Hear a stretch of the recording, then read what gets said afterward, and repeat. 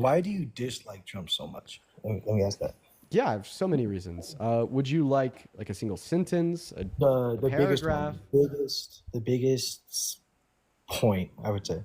So you want like my largest and longest explanation insofar as why I don't like Trump?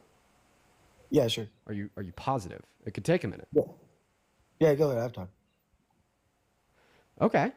Well, I don't like Trump. I typically break it down into three categories. You have character, you have domestic policy, and you have foreign policy. So we're going to start off with that first category. That's going to be character.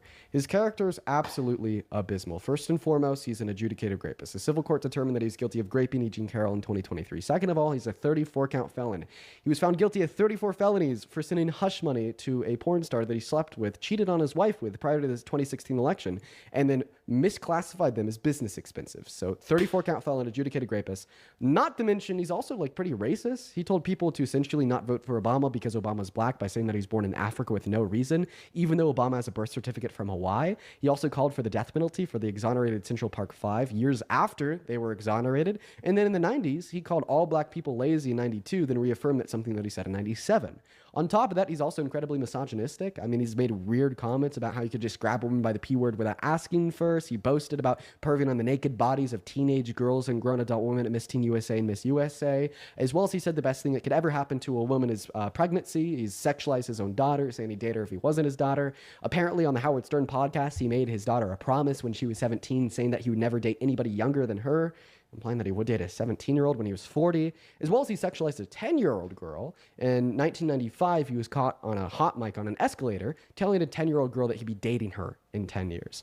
Not to mention all of his involvement with Epstein. I mean, he was best buddies from Epstein when Epstein was bringing children to his billionaire island and sexually abusing them. Epstein would even tell his victims that he was best friends with Donald Trump, and he had a framed picture of the two together on his desk. Not to mention that in 2003, Donald Trump sent Epstein a letter depicting the body of a naked woman, or in my mind, a girl, with a statement, "May every new day be another wonderful secret."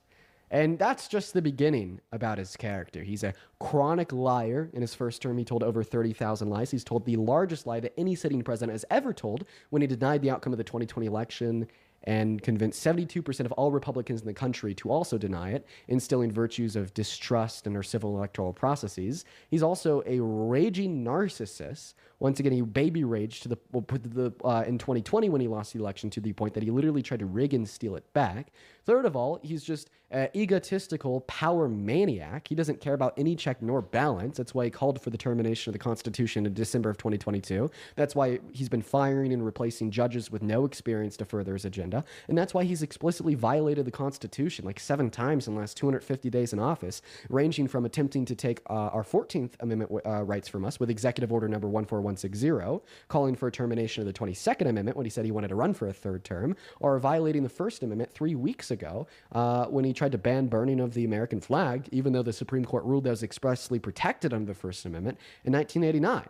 Now, those are some facts about his character. Of course, there's more. Let's go ahead and move on to domestic policy. The domestic policy is just absolutely atrocious. We'll start off with economic policy. So in July of this year, he passed a $4.5 trillion bill, the largest spending bill ever passed in the American Congress, by the way. So say goodbye to conservatism in relation to our nation's spending or debt. And this $4.5 trillion bill literally redirects and takes money from the poor and gives it to the rich. According to the Center on Budget and Policy Priorities, 51% of income earners in this country are going to be losing money because of the cuts to Medicaid, kicking 10 million people off, the cuts to food stamps, kicking 3 million people off, the cuts to the DOE, kicking 400,000 school children off of free school student lunches and free school student breakfasts, just to further fund tax cuts for the ultra wealthy. Now, in America, if you make over $1 million per year, you're going to be getting an additional 4% back per year. And that's just his economic policy. He has other very terrible domestic policy, ranging from directing SCOTUS to overturn Roe v. Wade, which has now led to the consequence of 60 pregnant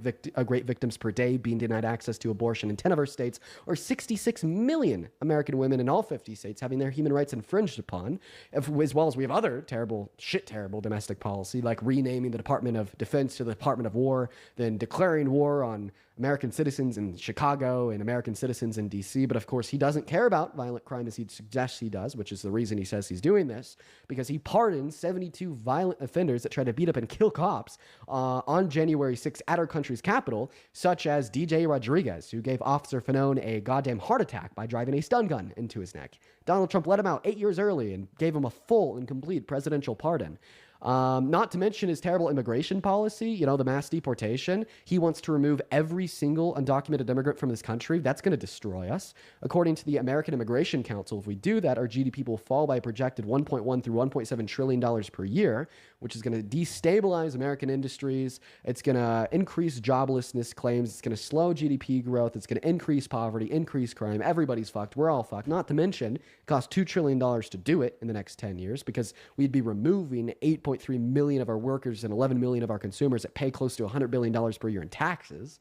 And so there's a little bit about his domestic policy. But his foreign policy is even worse. I mean, he's just bending the knee to Israel. He's saying, oh, what do you need from us so you could continue to genocide more innocent Palestinians? Or, I don't know, he's signing very terrible agreements with the Congo just to exploit them for more of their minerals, so on and so forth, while not ending their conflict with the Rwandan M23 insurgents, but claiming he did.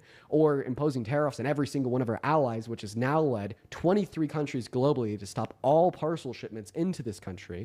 And is now leading to an increase in power held by other countries like China, Russia, and so on. So we'll stop there. That was about 10 minutes.